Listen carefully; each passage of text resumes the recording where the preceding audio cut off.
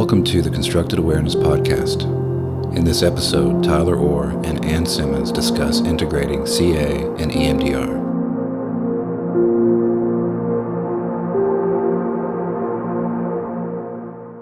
Welcome to another episode of the Constructed Awareness Podcast. My name is Tyler Orr. I'm the creator and developer of Constructed Awareness, CA for short.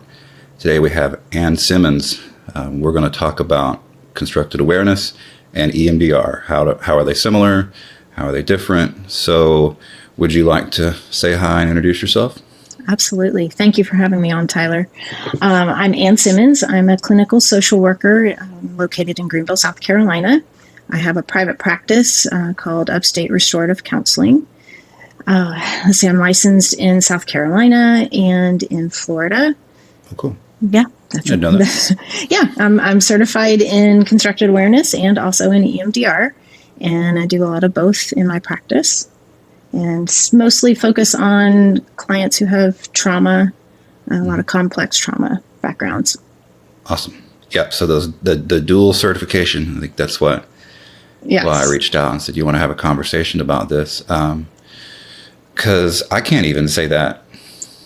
Which is funny. Can't? Yeah. Oh, it's I'm certified in EMDR. We'll talk about that. But I've never actually attended a CA training because all of them have been taught by me. So that's right. Right. So yeah, you got one up on me. You're certified, and I'm technically not. But yeah, so you're one of the few people in the world who is certified in both. Yeah. Pretty That's cool. Something, huh? Yeah. Well, I think me telling my story of like my EMDR and CA journey will be a big part of this episode. Mm-hmm. But I wanted to start off by asking you, could you tell, because I'm sure there's things I don't know. And those who are listening don't know anything about your journey. So, right. Unless they know you personally. But would you mind just kind of telling me like what led you to EMDR and then like what then led you to meet me, I think, right, which is what led you to CA. Right.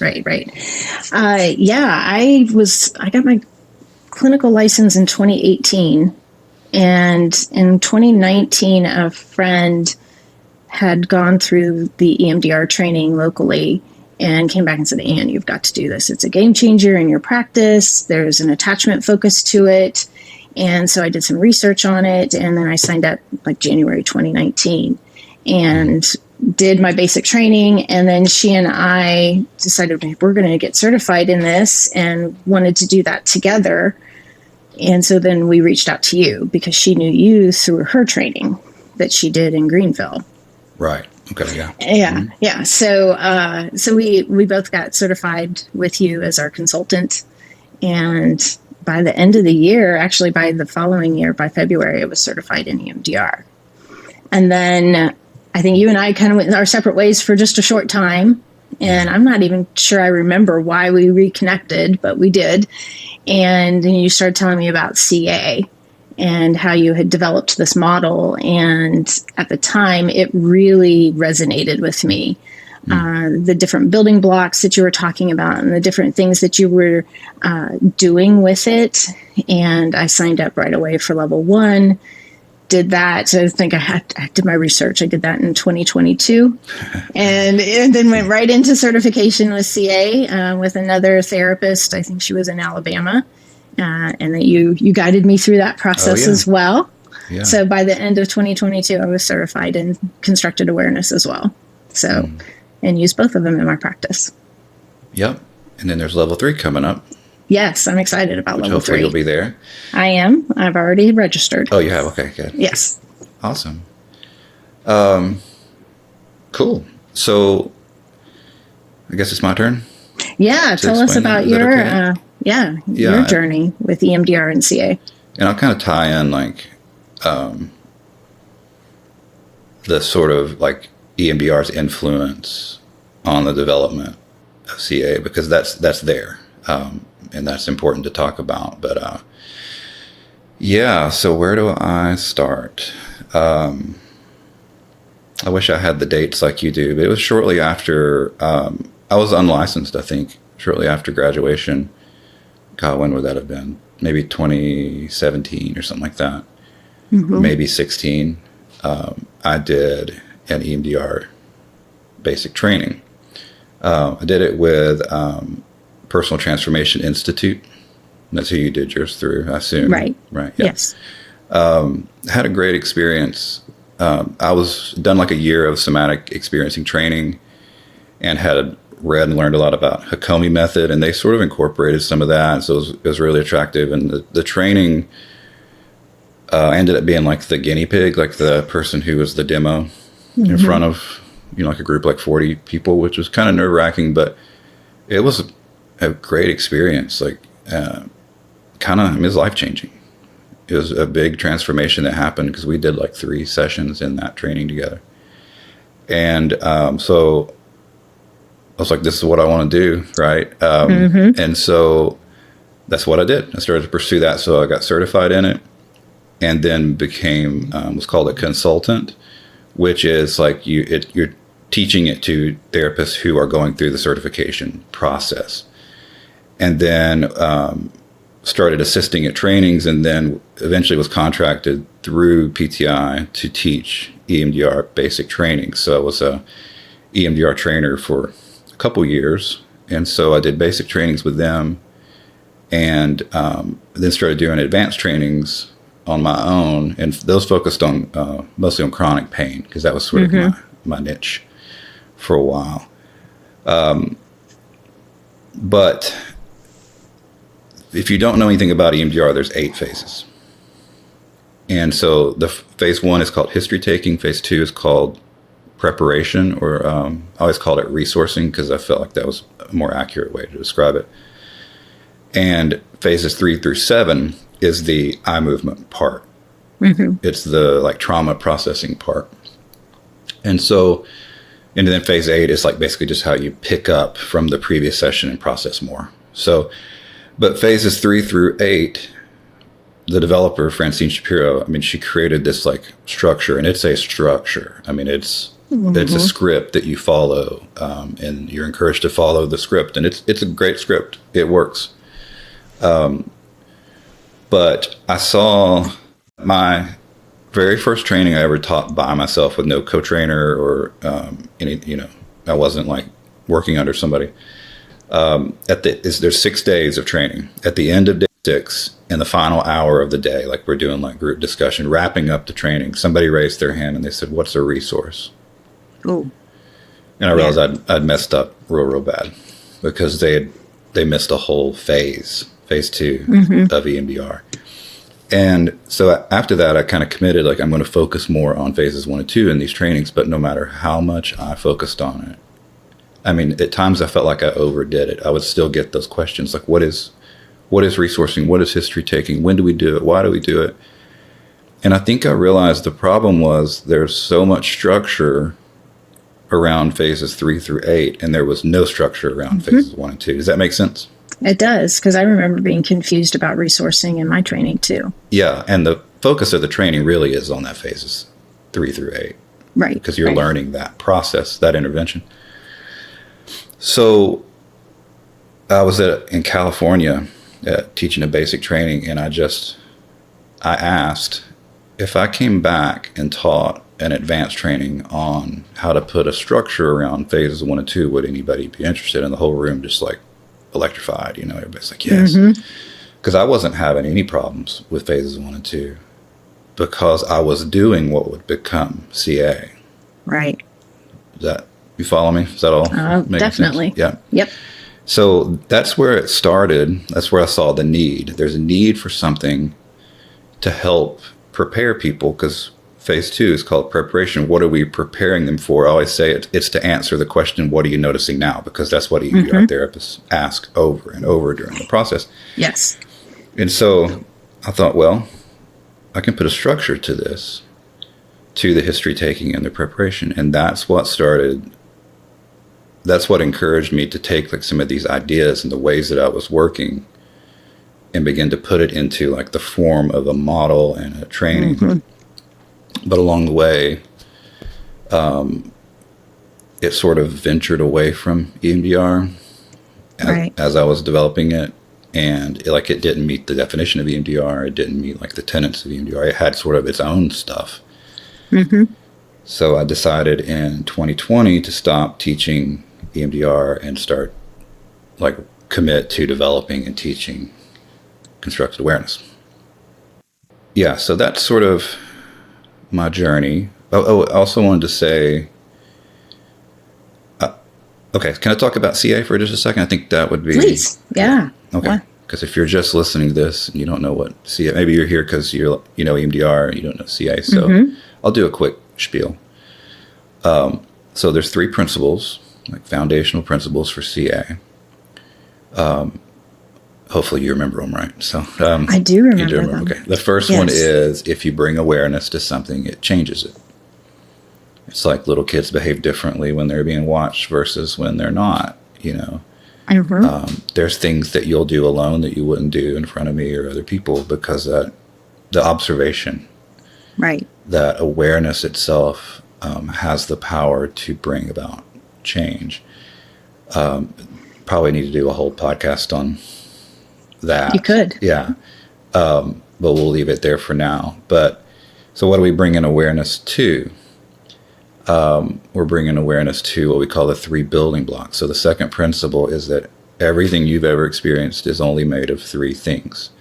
And those are your thoughts. And then that's the first building block, the mental building block. Sensations you feel in your body, that's the sensation building block. And your external senses, so the external building block. And those 3 domains of reality construct every experience that you have in your life. Like every moment of your life is a construction of those 3 parts. And then the third principle is that most people naturally orient more to one of the building blocks more than the other 2. And by orient, we mean they rely on that one building block more than others. I'm mentally oriented. I rely on my mind to regulate myself, to connect to other people. I think we've determined that you're externally. That's correct. Oriented, right? So you focus more outside yourself, regulate yourself with your environment and with the people around you. Does that sound right? That sounds right. Yeah. That is not my reality whatsoever. My wife's a great example of a sensation-oriented person. So she's like a body moving through the world. So she regulates herself with her body. Her feelings take much like a bigger place in her life than our lives. So she regulates through like movement and through like crying and, you know, that kind of thing. A very physical existence. And I noticed that doing EMDR. Yeah, I noticed that too in the processing. Yeah. That anybody who was sensation oriented would tell me about all this movement in their bodies. Yeah. Or it would be, well, I think, or, you know, you could tell their responses were very thought oriented. Or externally oriented clients, they'll tell you about anything but themselves, right? Everything's externally focused. So like that concept, that theory became clear. Like I first noticed it while doing EMDR with clients because, you know, if you're watching the video and not just listening, I'll do hand motions, but I'll try to explain it. But if you don't know anything about EMDR, it's actually a pretty simple therapy to do for the therapist because like you wave your fingers or the client taps or some sort of back and forth rhythm that happens. Right. And so you'll do what's called a set of that. And then you stop and you say, what are you noticing now? And whatever the client says, you say, go with that. Go with that. Go with that, right? Keep going with that. Or notice that. That's kind of what I prefer a lot. Yeah. So, and I'll do the eye movements. And you do it again. You do that over and over. What are you noticing now? Go with that. What are you noticing now? Go with that. What are you noticing? Just over and over until the client feels better, essentially, has processed the thing. But I noticed that sometimes when I would say, what are you noticing now? Some clients would answer with all thoughts, like you said. And then other clients would answer with all sensation.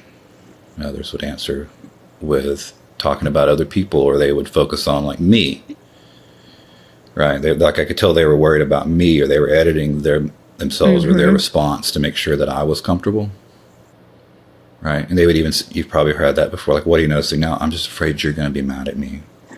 You've probably I'm doing it wrong. And yeah. So it's, And so then I started to realize, okay, they're relying on like one part of their experience, and these other parts are like less developed. And then I started to realize, well, they kind of do that outside of session too. Like when they talk about their experience, it's like some people are moving through life, their minds are they're using their mind to navigate things. Other people, it's their body and external. So I thought, well, what if I go back to history taking and figure out how they're oriented? So which building block do they rely on the most? Would that change how I do resourcing? Because like the training we did had a lot of, the EMDR training we did had a lot of resources. Yeah. But I felt like, and then I'd love for you to speak to this, but it didn't feel like we really learned like how to, which ones to use or. Right. No, I never really had a clear understanding of which one to use when, right? Other than safe, calm, place, right? And not everybody can even do that one comfortably. They can't, maybe they don't visualize things well. Yeah. So that one can even be challenging for some folks, but the rest of them, I guess, felt random. Like I'm just doing it because I'm supposed to do it in phase 2. Right. And I think that's where a lot of the questions were that people had in the trainings. But I started to realize, like the calm, safe place, that's a big EMDR. Every EMDR training that's ever been taught has, everyone's learned that. That's like the foundational sort of resource that Francine Shapiro taught. And I think like that probably works best for mentally oriented clients. Francine Shapiro was very mentally oriented. I mean, if you read her book, it's so heady. Right. I mean, it's so like just mental. It is. Yeah, I remember. Yeah. And so like, but what happens if clients aren't connected to their thought? That building block is kind of outside of their reality. Like they can't, like my wife, for example, is sensation oriented. I remember I asked her one day, like, so like, what do you notice when you see thoughts? And she was like, see thoughts. What do you mean? Like it was she was like, what are you talking about? You see thoughts? And it's like, yeah, doesn't everyone? And then I realized, no, it's like, and it's because like people, like for her, that if you put her building blocks in order from most use to least use, most of the time it's in the arrangement of sensation first, external second, mental last. Okay. So SEM, right? And yeah, that makes sense, right? It's like she had a hard time like visualizing thoughts. She said she couldn't even hear her thoughts. So she has learned that through practicing CA. She's my guinea pig for so much of this stuff. But yeah, it's like, so I thought, what could this inform the resourcing that I do? Because let's say like her, for example, we know that the sensation is overdeveloped. So that would tell me that maybe like she could benefit most from externally focused resources or mentally focused resources. So I started to develop resources for each of the building blocks, and the resources are all focused on awareness. Like how do we expand awareness of those building blocks? Because the goal at first was like, okay, so like me, for example, I'm mental. It's up here. It's most developed. External and sensation are less developed. We could focus on resources for external and sensation to bring those up. Because I wondered what would happen if I asked, what are you noticing now in EMDR? How much would it improve the processing if someone could answer that question from all parts of their experience rather than just one? Right. Absolutely. And as you can imagine, in my experience anyway, I don't know about yours, but it was a big difference, drastic. So I felt like I finally have a grip on like how to do phases 1 and 2. There's a structure, a framework of these 3 building blocks. It creates kind of a blueprint for what to bring awareness to. Yeah. It's easier to answer that question of what are you noticing now when you've had some practice at noticing some different things. That's right. What are we preparing for in phase 2 is to answer that question. Right. Absolutely. And so that's why, like in the resourcing, my focus became like, I'm asking the question, what are you noticing now? Like a million times before we get to the processing, because Mm-hmm. they're used to that question once they get there. Right. Yeah. Yeah. No, that makes sense. So at first, were you using like the CA level 1 stuff to enhance EMDR? Yes. Yes. Yeah. I remember my mind being blown through level 1 training, and then being able to go back to my clients and start introducing this. And it was amazing, the response that I was getting from my clients that I've been doing EMDR with for a long time. I would kind of pause it and say, okay, let's look at some of this. And then You just went back to kind of went back a little bit. Yeah. And they responded really well. And it did widen their awareness of a fuller experience. Yeah. And it still does, and I integrate it all the time now. So it did feel like the missing piece for me in my practice, in being able to access these different ways of experiencing the world. Yeah. Great. Yeah, what were the responses like? Or how did it shape like how you did therapy? Oh, that's a good question. Let me think about that for a moment. Well, because I was going through that journey myself, right? Of going through level 1, I was doing all of these exercises Personally? Yeah. And becoming more aware of my own experience. And in fact, I thought my orientation was one thing, and it really was a different thing because I didn't have the language to describe it. I didn't really understand how to describe it. So I thought I was an EMS, but really ESM more often than not. Yeah.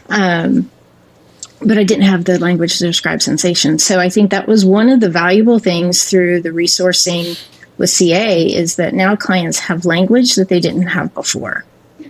Right.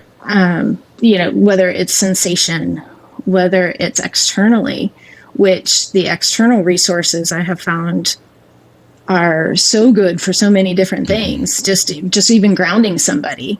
Yeah. In the present moment. It's just those are great.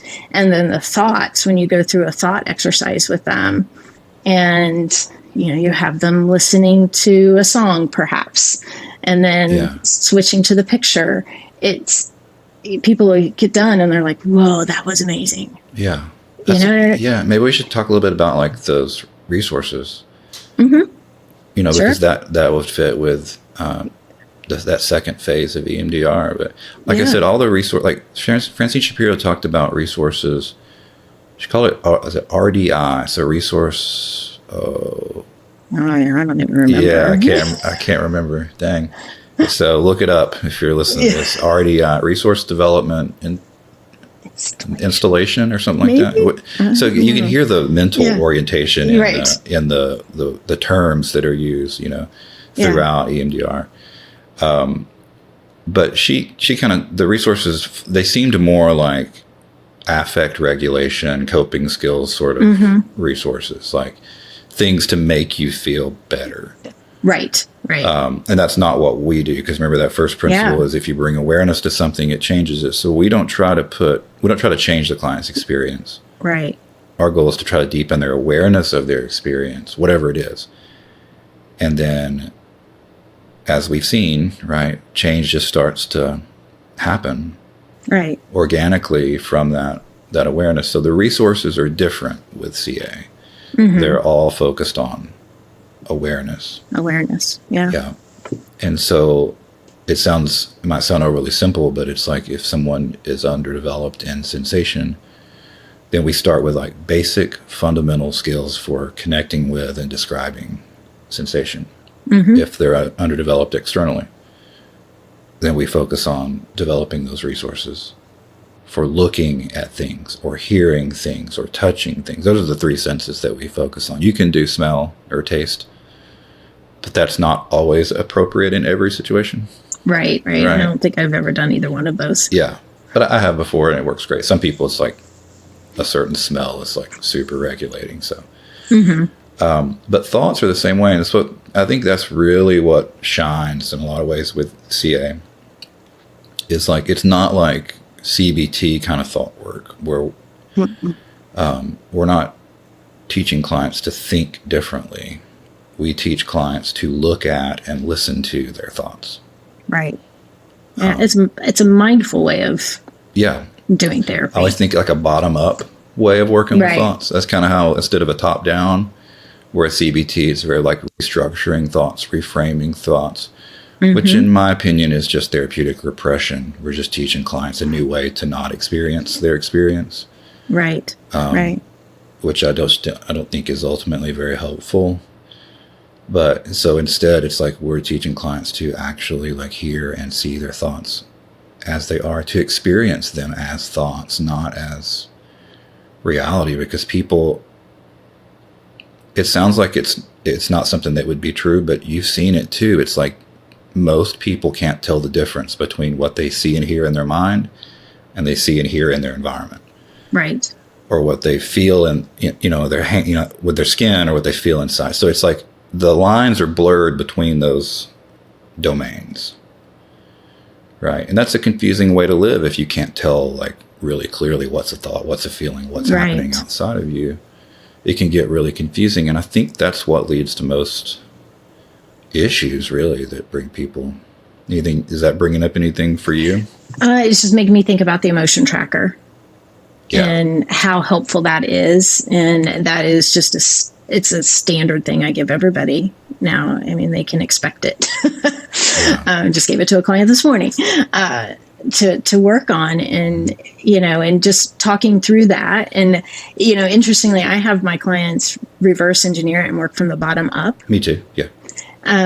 Because I'm saying, no, if you already say, oh, this is anxiety, and then you look at it through that lens, when you're writing everything, really it might be excitement because it kind of feels the same in your body, right? Yeah. And you might miss it. So I do have them do it reverse.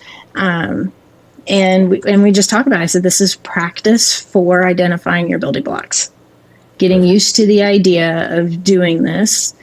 I said, maybe a side benefit will be you'll feel better after writing it out. But I said, that's not what it's designed to do. It's not the goal. Yeah. That's not the goal. It is oftentimes the effect, but not always. Absolutely. Right. But a lot of times clients will say, well, why am I doing this? What's the point? Mm-hmm. What do you say? So, well, the point is to start learning about these different building blocks and how you experience them and identifying them and describing them. Yeah. And they're like, starting at the bottom, the basic, right? The basics. Yeah. It's like, and I explain to clients, it's like, we're going to learn like fundamental skills. Like I grew up when I was a teenager playing guitar, and like the teacher that I had wanted me to learn like scales and finger exercises, and I just kind of refused. And I didn't learn the fundamentals, and that really caused me to plateau later as a player. Like I just couldn't get better because of that. And so it's like without those fundamental awareness skills, and some people, they kind of need to start with that, and that's fine. Absolutely. Yeah, I mean, everybody, I don't know if have you ever had a client come in and they're just fully aware of all parts of their experience and just, I can't think of one. I don't know anybody really who... They don't come to therapy. You're right. They're aware of all of that. Yeah. Well, and how many of us truly grew up learning about those kinds of things? Right. Oh, what's happening in your body, honey? I don't know. I'm just angry. Yeah. That's right. There's no conversation about it, no naming it, no learning about it. Yeah. We should do like a whole nother podcast just on the CA resources. Yeah. I think it's valuable because it's a huge piece of it. Mm-hmm. And then that just builds into how you process using these building blocks. That's right. So. And then the next step, once you have awareness of all three building blocks, you can connect with and communicate those things. We do something called tuning, which is guiding the client to shift between the building blocks. Right. Like an example that I give in the training is tuning. It's like tuning an instrument like a guitar. It's like you can't know if the instrument is in tune with itself without hearing the other strings. So it's like I went through my whole life plucking like my mental string. Think of the guitar as like my nervous system, right? So I'm plucking that mental string, and I can make sound. I can make music with one string, but I can't make like you can't make chords on one string, right? Right. So it's like the way that you tune an instrument without a tuner is you play a note on one string and then you play the same note on another string and you see, are they in tune or dissonant? Mm-hmm. And once you hear it, then as a player, you know what to do to tune it, right? You know, okay, that's flat. So you make it sharp till it's in tune. So it's like, that's the way I think about it. That's why I went with the word tuning. It's like we're checking in with these other like strings or building blocks, these different parts. And when you do that, it lets you know if your system is in tune or not. And then I don't know, it's like magic is what it feels like to me. It's like people just kind of know what to do when they recognize. The nervous system knows what to do to tune itself. And we see that over and over and over again. So once they have awareness of each building block, that becomes the practice. And that's where like that emotion tracker part thing comes in, which is another, that we're basically tuning. It's okay. You notice that you feel anxious. You say you feel anxious. Let's deconstruct that into its 3 building blocks. What do you notice in your mind? And they're like, well, I notice that a thought of my son leaving a chip bag and a bunch of stuff all over the coffee table. That may or may not have really happened in real life. So, okay, what do you see? I see the chip bag. I see, what color is it? We're connecting with those details. And then, okay, what do you feel in your body as you see that picture in your mind? I feel tightness in my chest and there's heat or whatever it is. And then you can go external. Is there anything in the environment that you notice that's activating that? And a lot of times it's cool in session. People will be like, well, no. Mm-hmm. And that kind of shows like the mind and the body are sort of fueling this emotional. It's like, how often are you in a safe and stable environment, but you're like a nervous wreck or you're mad or whatever? It's because your mind and your body are fueling each other. So sometimes, like you said, connecting with external can be grounding because the person is like able to recognize, oh, there's nothing happening in the environment that's stressful. Right. And that's teaching their system to recognize the difference between what's happening inside and outside. Right. It starts to create some distinction between those parts instead of everything being like tangled together. Right. Right. We start to unravel that experience, thought and sensation and external perception one at a time. Mm-hmm. Yeah. No, that's great. Does that make sense? It makes sense. Absolutely. So once I had this awareness of these 3 building blocks and this idea of tuning and switching between the different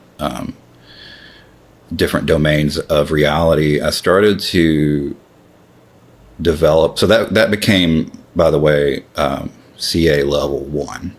Mm-hmm. Okay. So let me just say this real quick before I forget. There's 8 phases of EMDR. You could hold up the 2 phases of CA next to it. So it's like EMDR is phase 1 and 2 is history taking and preparation. That's essentially what we're doing in the phase 1 or level 1. Level 1, right. That makes sense? Yep. And then phase 2 of CA is processing. And that sort of aligns with phases 3 through 8 of EMDR. So what I did, the material, I guess you could say, the interventions that became CA level 1, was doing that with history taking and preparation. But then I started to integrate the awareness of the building blocks and the tuning into EMDR processing phases 3 through 8. I don't know if you did naturally after you learned level 1, but that felt like the next step for me. Were you able to? Right.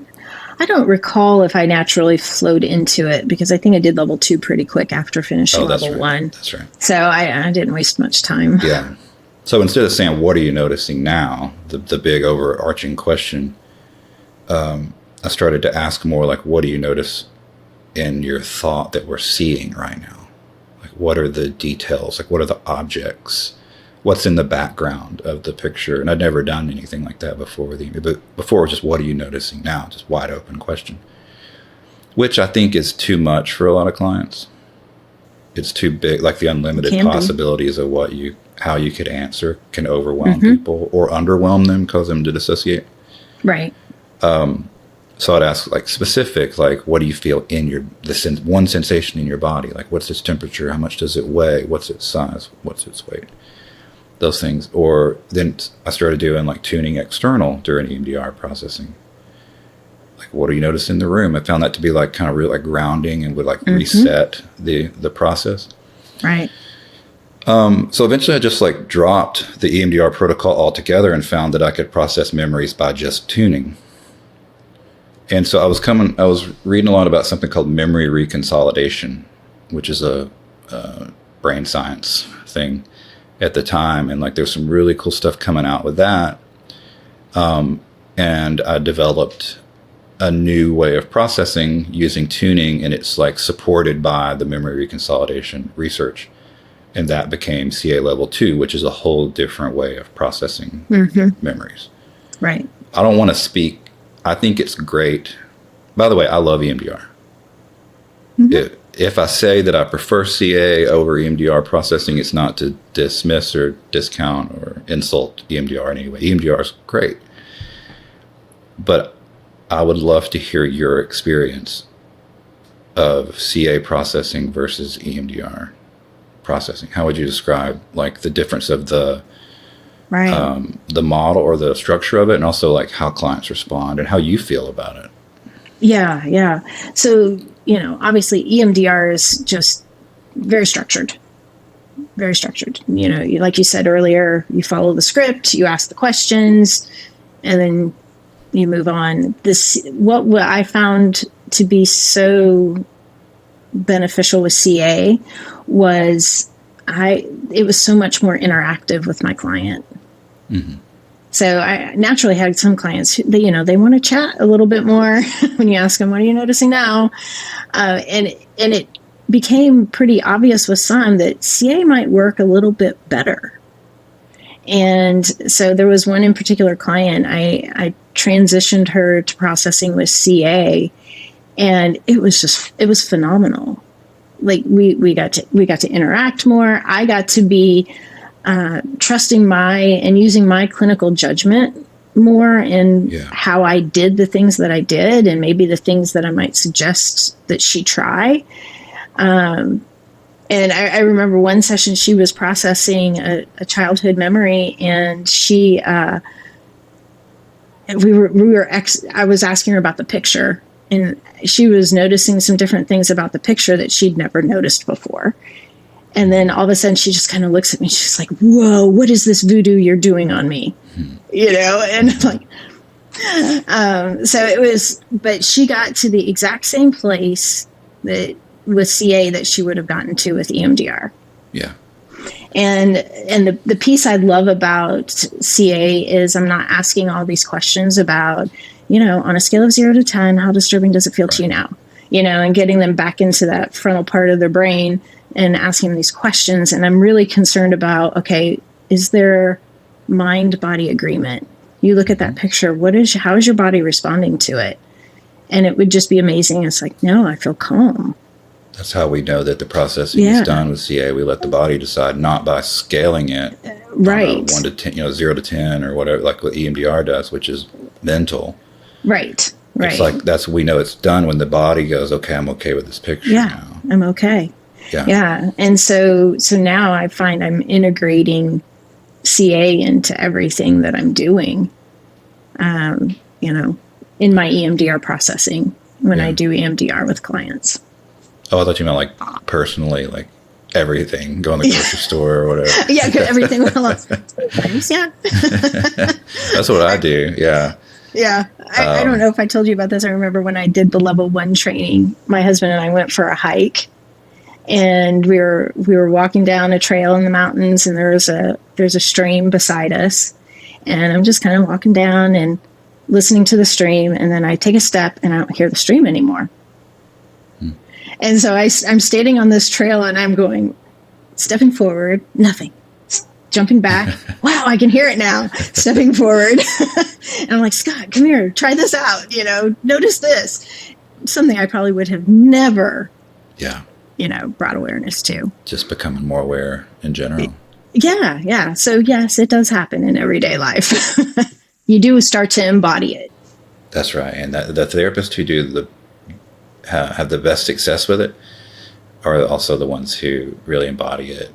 And what I think is another thing that's different about CA than EMDR is like there wasn't really like in the EMDR protocol anything to like embody or to like impact me personally as a therapist, as a person. Right. Yeah. Or I think CA has a lot of potential to do that. I think that's a big part of what the training is. It's like helping therapists to expand their awareness of themselves, because then that naturally overflows into the work. Yeah. So what are some other like similarities?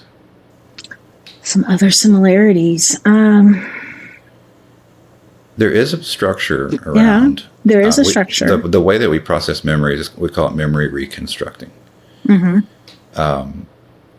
And there is a structure, and like I said, that structure is sort of informed, I guess is the right word, by the memory reconsolidation. So there is a script that you follow, but like you mentioned, it seemed like you felt like there was more flexibility. Yeah, and because you're right when you say that, I'm like, yeah, there is a script. It's like you forgot there was. I kind of did, but it's kind of like those beginning questions with EMDR, and you're leading the client into, okay, bring up the memory, the negative cognition, and we'll do a set. And we kind of have some questions that we ask and guiding them with CA in that. But it's like once you start processing, I think that's where it feels freer. Yeah.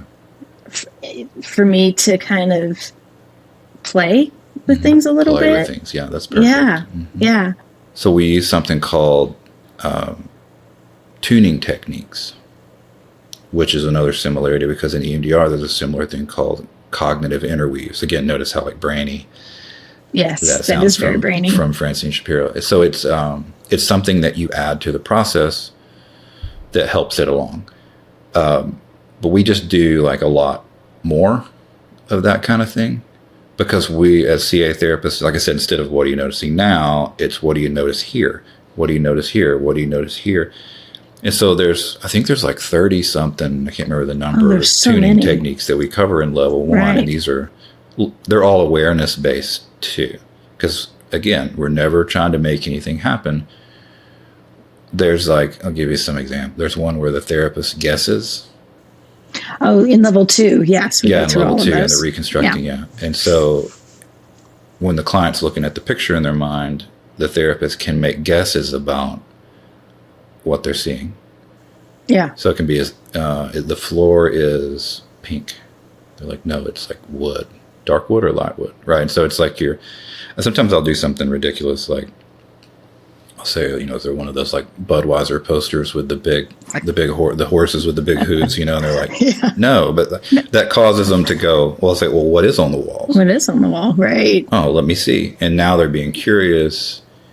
Yeah, you said something earlier that maybe, and I wanted to jump in, but gave you space, but like we're trying to create what's called a prediction error, where the client predicts a certain outcome, their brain predicts a certain outcome, but then they experience something different. In trauma work, that's like from the memory reconsolidation, they talk about that a lot. They call it mismatches also, mismatch experiences. That's where like really cool stuff happens in the nervous system, because that's the brain's job, it's to predict. So it's predicting that this experience is going to be a certain way, it's going to be terrible or whatever. But instead, like through curiosity, we're inviting the client to look like what is on the wall. So it's like instead of focusing on the worst part of the memory, they're focusing on like things in the background, and like they're just like they're experiencing it differently. And that happened like throughout a CA processing session, happens over and over and over because we're moving around, right? And we're being curious about these different parts of the client's experience within those 3 building blocks. They just begin to experience that memory differently. Right? And it just leads to really cool stuff. So, yeah, so there is a structure, but it's like a script, but it's really just to set up the processing. And once you get into that, there's all kinds of creative freedom where we can use those tuning techniques or just let the client's nervous system guide the process, which is great. Any other way it's similar?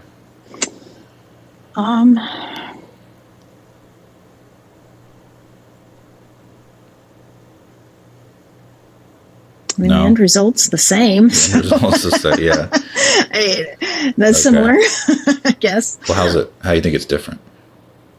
I think it's different in just, like you said, there is a structure, but it's not, CA is not set in its structure. The processing part, yeah. The processing piece. And I think that for some of my clients, that has been the biggest difference, is being able to interact with them and actually, then you feel like the therapist is a participant in it, and you are, like I said before, I could use my clinical judgment. I can suggest doing all kinds of different things that might seem odd or wild, and if the client's willing, they go along with it. And that's sometimes when the biggest transformation happens, is when they try something that seems out of the ordinary or different. Where with the EMDR, we try to stick to the, what are you noticing? Okay, keep going with that. Notice that. And, I wouldn't say I'm good at doing that all the time. But well, to me, EMDR, it felt like the processing of EMDR, felt like such a shift from because it's almost like, okay, now we're doing this completely different thing. Right. To process this, it's different than the talk therapy and the resourcing that we've been doing. It felt like disconnected. And I had clients say that it's like, there's no way to prepare the client for this sort of energetic shift, because now all you're saying is, what are you noticing now? Right. And it it felt like impersonal. And I think I got that feedback from clients before, I don't like this connection that's happening as much. And that's where I think CA, especially with doing the CA resourcing into the CA processing, it's the same stuff. It doesn't feel any different, and it feels engaged, and the client feels more connected.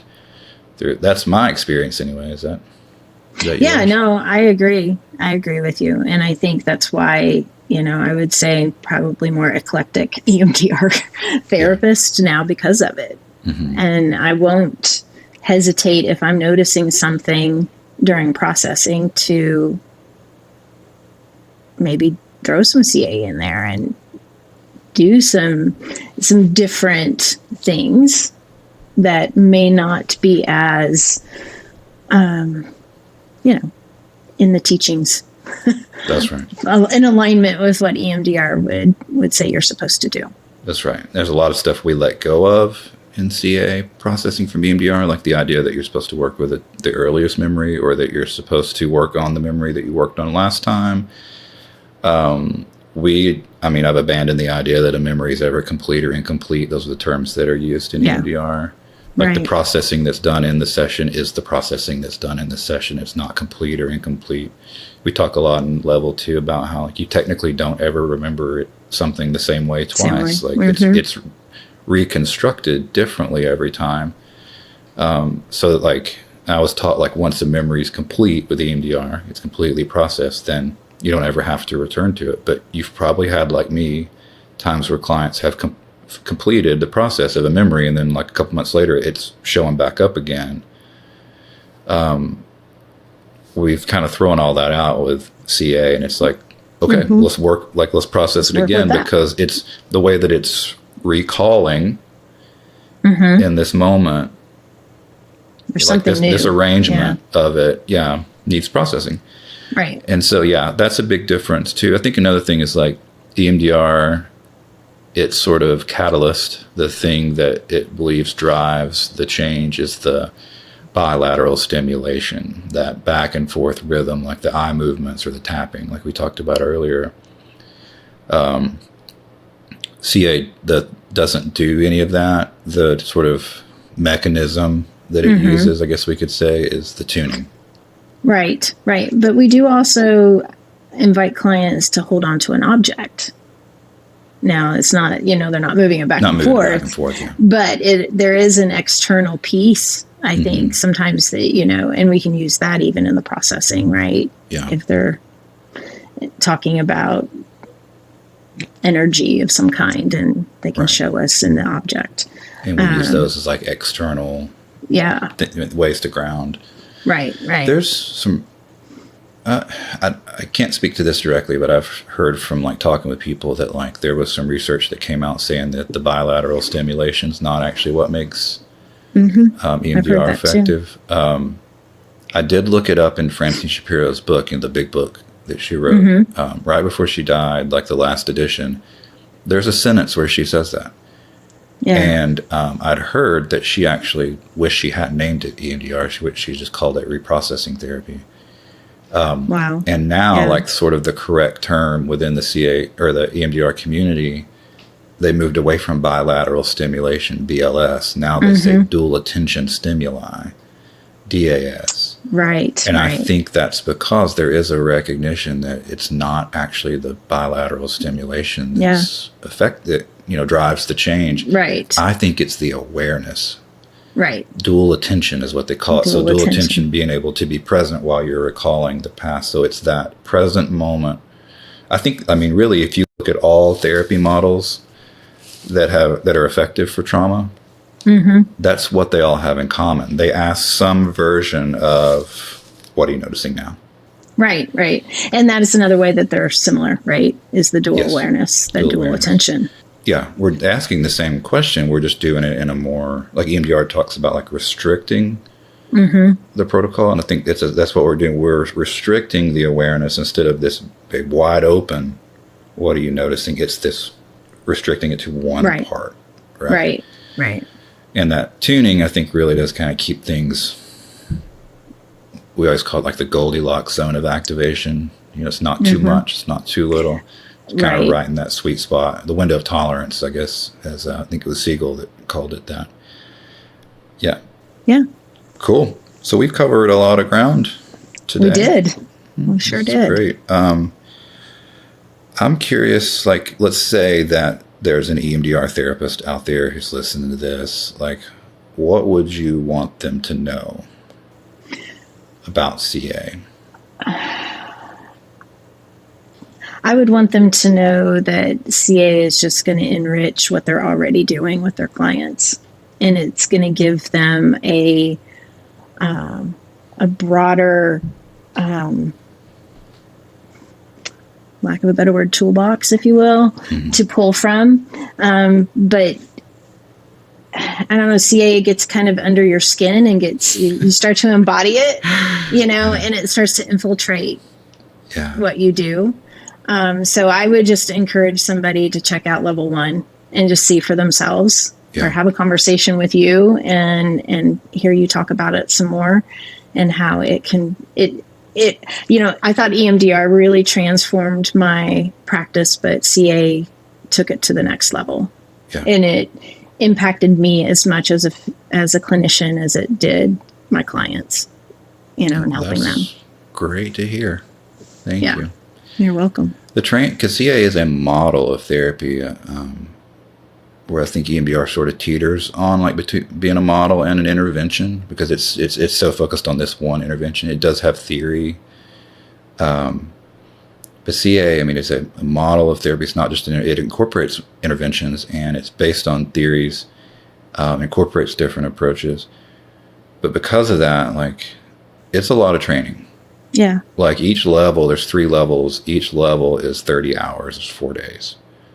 Whereas you do an EMDR training and like you learn it's this one training that you do in 6 days. So if like you're interested in this, but that sounds like, wow, that's maybe, 4 days is too big of a commitment. This is good timing because yesterday I posted on the CA website. I've done it before. Done it twice. That's going to be my 3rd time, but a 2-day training that integrates CA and EMDR. So a lot of the stuff we've talked about is we actually do a training about it.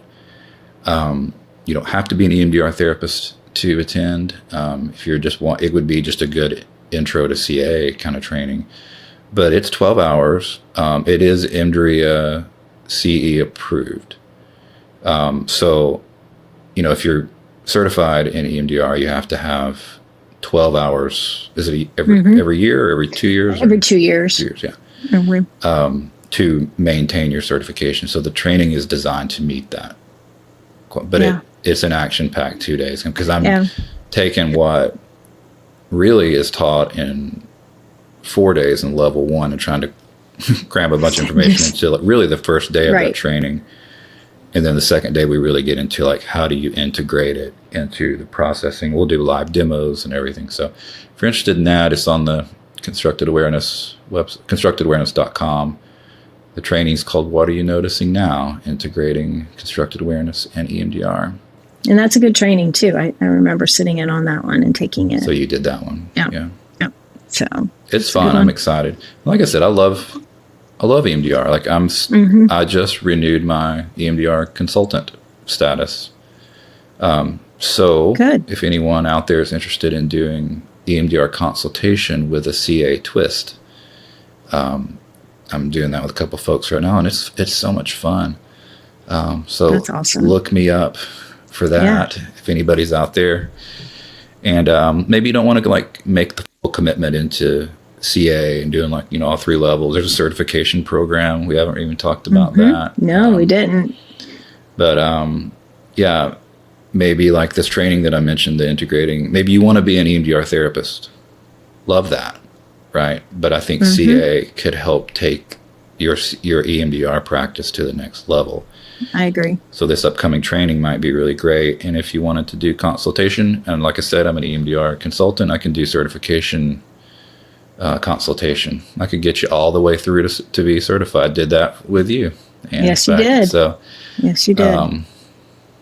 So I enjoyed that very much. Cool. How are we on time? Right on time. Right on time. Awesome. That never Look happens. at us. So let's say somebody wanted to look you up and they wanted to work with you and they're in South Carolina and Florida. How would they find you? So they could find me at my website. It's at upstaterestorativecounseling.com, or they could email me directly at ann@upstaterestorativecounseling.com. Perfect. Either way. Yep. And I'll also say if a therapist wants to talk about it some more, and I'm happy to chat with them about my experience in more detail with both. Cool. And they could just email you. Yeah, they could email me. Sure. Happy to talk with them. Love that. Thank you. Sure. Well, if you want to know more about constructed awareness, there's lots of information at constructedawareness.com. There's upcoming trainings. We have free monthly consultation, even if you're not CA trained. Lovely person named Jamie Morehart does that, and once a month. So that's available. There's blogs, other podcasts, just like this. All can be found on their published papers. That's right. Yeah. So anything you would want to know about CA, the CA website is a great place to start. So you can also find a way to contact me if you want to learn more, talk to me directly about it. Anything I'm missing before we go? I don't think so. I think you covered it all. This was great. Yeah. Thank you for having me. Yeah, I think we covered all the bases. Awesome. Cool. Happy to do it. Well, thank you for joining me, and thank you for listening. And we'll catch you next time.